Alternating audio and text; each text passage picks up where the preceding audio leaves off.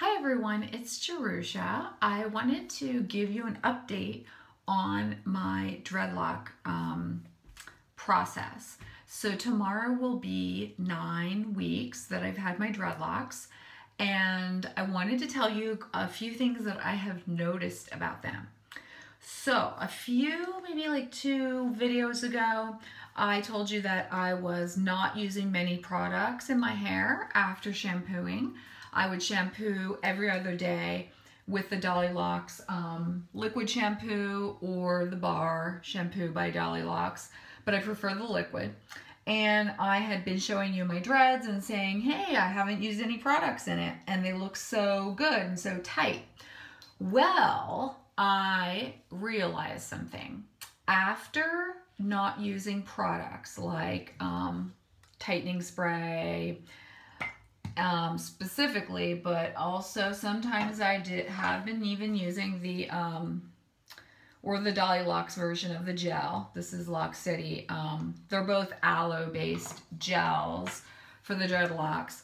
I haven't been using them as much in the last few weeks or even last month as I have been just like the tightening spray. So I went about maybe 3 shampoos without putting products in. And I was mentioning how, oh, my dreads look so tight and wow, like there's no products in here. Well, I had to I noticed that the dreadlocks were, the products were washing out of the dreadlocks. And so they're, over about 3 times of not using any products, like not using any tightening spray in the hair and not using any of the gel in the hair. After shampooing, I was realizing that my dreads were getting a little bit more loose in the way of like frizzies on the outsides of the dreads. Those frizzies had not been there to that extent before. Like I mentioned, I have fine frizz, like it's like short, all the way down. But what I'm talking about here is that I was starting to notice longer pieces of loose hair on the outside of the dreads. That was after not using any products after shampooing. So I don't know if I'll be able to explain this to you very efficiently, but what I want to say is this. I am thinking that the dreadlocks, it's like a balancing act with them as far as like if you're going to use products that are purchased for dreadlocks to help them to mature and keep them moisturized and pH balanced, but also, and keep your scalp comfortable, and also no residue shampoo. Well, what I'm gathering is that it is kind of a balance. Like there is residue left in my hair, even though I'm using dreadlock specific products. There's residue either from the products, even though I'm shampooing them, because I'm palm rolling my dreadlocks after putting like the tightening spray in there. I'm palm rolling them, so that product is kind of going into the inside of the dread, and the dread is getting more tight and it's being held together more. I think whatever residue is left, meaning like I'm not washing it all away, it's going to the center of the dreads. The dreads are getting tighter. Even when I shampoo, there's some residue left from the products that I was using on my dreadlocks before the shampoo. And so I think that it's possible that it's not just no residue is for dreadlocks. Maybe it's more like appropriate residue, like dreadlock appropriate residue, meaning you don't want residue that's going to harbor bacteria. You don't want residue that's not antibacterial. So the Dollylocks products, as you know, I'm really a sucker for these products.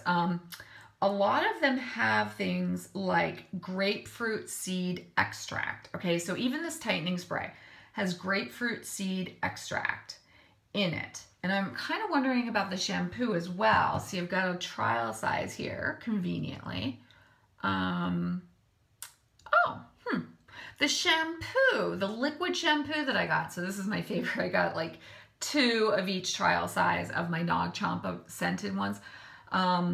So the very last ingredient, even after fragrance, in the liquid shampoo is grapefruit seed extract. And I don't know how many of you know about grapefruit seed extract, but it was recommended to me by someone. I used to have parrots. I used to have like, you know, I don't know if you want to say domesticated, but I used to have about 5 different species of parrots, like conures, and I had a, let's see, I had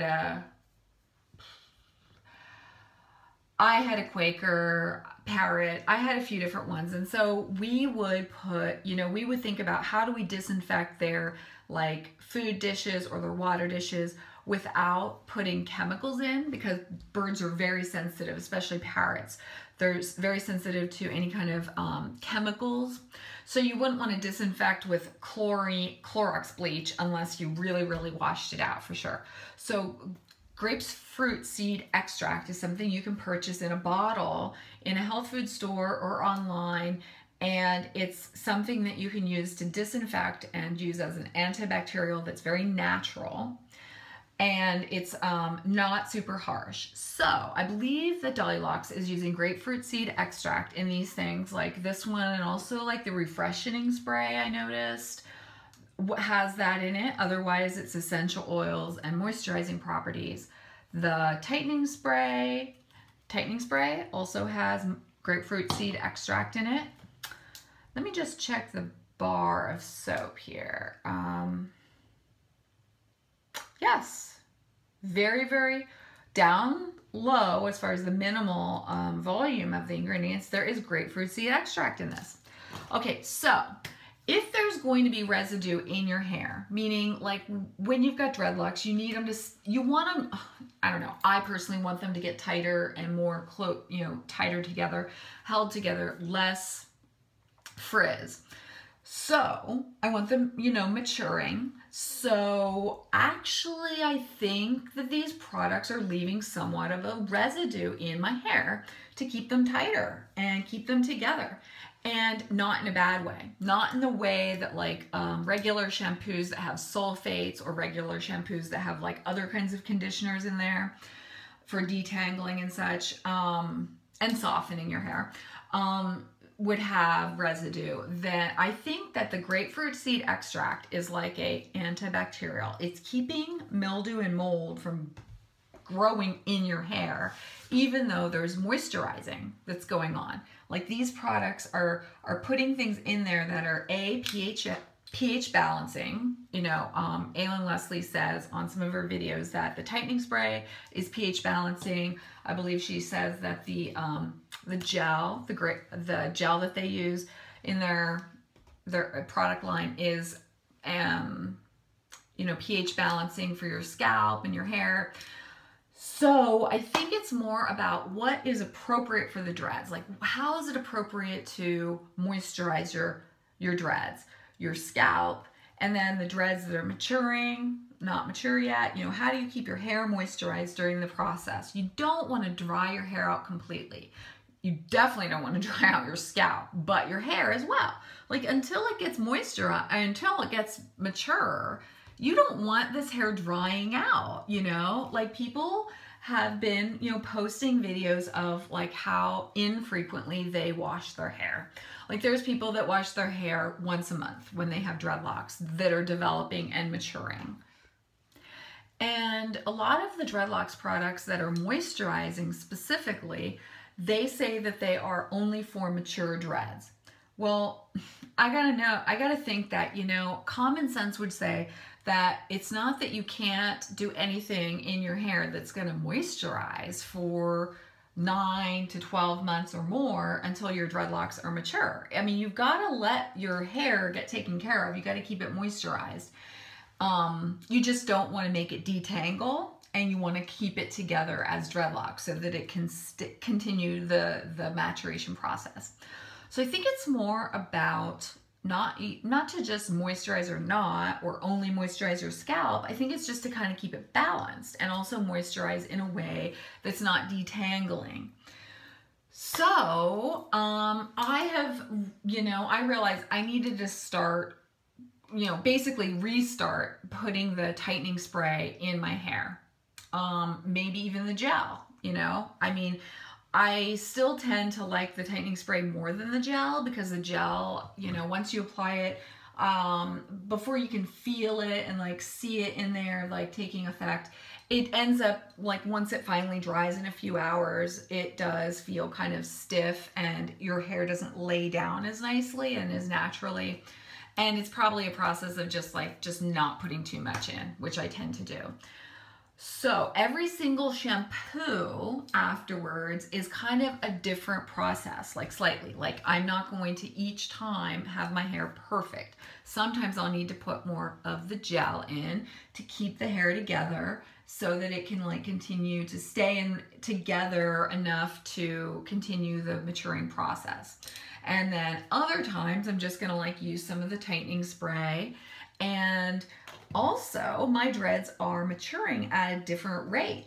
Like the ones on top, for the most part, a lot of the ones up here, like the tighter or the thicker ones actually, are more mature. Like this one right here. This one's more mature. There's some that are even more mature than that. And they're thicker right now. And this one, is one of the ones that are more mature. They're thicker right now, and I don't know if they started out thicker at the very beginning or not. But the ones that are less mature are the ones like lower down here in the back. So I don't know if it has to do with like palm rolling. When I palm roll my hair, it's a little bit more awkward to get underneath here to the underneath hairs at my neck and a little bit around here and behind my ear.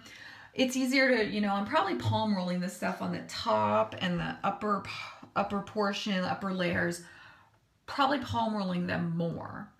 So I've decided to maybe strategically use more of the tightening spray on the lower part underneath and also maybe here on top, and then use less tightening spray on the upper stuff. And then also what I have been doing is, well, before I was wearing my hair up in a ponytail for a lot of it, and then the ones lower down I was kind of like leaving down. I stopped doing that for a while because I realized that, I actually enjoyed my hair down with the dreadlocks. I was wearing them down, my hair down a lot more often than even when I had my hair straight. Just because it feels lighter and it's kind of like away from my face more and standing out more. But if I want to do the palm rolling throughout the day, even though definitely the most important palm rolling to do is when your hair is wet and moist, and whether that means you spray it down and soak it with salt water spray, or whether that means out of the shower for the next like 4 hours after that, you palm roll, whatever it is, I'm going to put my hair up a little, and then the stuff that I want to get more mature, like even some of these interlocked ones that I have that are a little bit up further, but they were interlocked to begin with, well, they need to mature more. Like they're just kind of behind on the maturation process. And the way I can tell, partly, aside from the way it looks, is one really easy way for me to tell how mature each dread is when I hold it out, like at a 90-degree angle. Does it go like that? Not mature, right? And this one started as a interlocked. Or does it stand out like this? Okay, a little bit more mature here. What about this? Oh, now, there you go. That's more mature right there. That's a more mature dreadlock. The part that's coming down is just the end, which I have not dreaded on purpose because I want loose ends. So there you go. You can see mature dreadlocks and less mature. And no matter how much gel, no matter how much tightening spray I put on this, it's still not going to be as stiff. It's not as dense. And so I'm going to put some more tightening spray on that. I'm also going to be, focusing that on that. And I'm also going to be focusing some of the tightening spray or the gel on those particular dreadlocks. Here's another one. This one's really immature right here. This is a baby and it's really skinny, and it was, back combed at the bottom, and then it was interlocked all the way up by Debbie. So those skinny ones are going to take a while to mature. So what I want to say is that it is a balancing act. And just like the dread journey of people who don't wash their hair very much, or figuring out what about the no poo, like no shampoo or whatever, or what your regime is going to be. Well, my regime, it has to do with sometimes I have to put more gel in my hair than what I really like. I mean, it's more stiff when I do that. It takes a long time to dry. I mean, even the tightening sprays, they take a while to dry as well. They feel sticky before they dry. And during that whole time, I am off and on, I am palm rolling them. And they're tightening up, and the tightening spray is going to the center of the dreads. So what I will say is that I think it's a balancing act with the dreads. I think it's a balancing act between moisturizing, conditioning, softening, residue, like what kind of residue do you want to leave with your hair? You don't want to strip it down, right? Everybody says no residue shampoo, but you're not wanting to strip your hair down either. So, also a balance about friction. So when you make your hair gelled, or if you're using wax for your dreadlocks to keep it together in those sections that you have purposely put together, a lot of times if you've sectioned your hair off to do dreads, well, there's a combination of, you want friction to happen. You don't want like no movement, or else the dread, like the hair, won't really contact each other and rub against each other in order to get mature. So with the gel, like the aloe gel, if you're just sticking your hair together with the gel, it's going to take a lot longer to mature, and it's kind of more like a temporary dread, like when people do temporary dreads for like special events or whatever. Yes, you can put gel in your hair, make it stick together in different sections, but if there's not friction going on, and if there's not something that's going to help knot it up, then, or lock it, then you're not really maturing the dreads. So you want a combination of not always having it super stiff, like gelled out, and have it like not moving at all, but you also want to have enough holding together that you've got the hair standing like close to each other, so that they are making friction with each other, and not like different dreads together either. You want to separate those out, probably, most likely. So it's really a balancing act. It's not just like no residue or no harsh chemical stripping. Well, maybe not that, but so there's the friction, there's the conditioning properties, there's the moisturizing, and then there's the scalp, which is a whole different thing. The hair isn't really alive. Once it's been, come out from the scalp, it's not really necessarily alive. It doesn't have anything like producing any oil to keep it, moisturized once it's not in contact with the scalp anymore. So you do kind of have to take care of it, because the scalp is no longer, going to be producing oil that goes the whole way through it all the time. Well, your scalp is living, and so it needs to be continued to like kept in balance and not stripped, and make sure that it's taken care of. Wow, so complicated. I kind of like things a little bit complicated. I like to look for the complicated part of things, and I like to understand them. So that was what I wanted to say about that.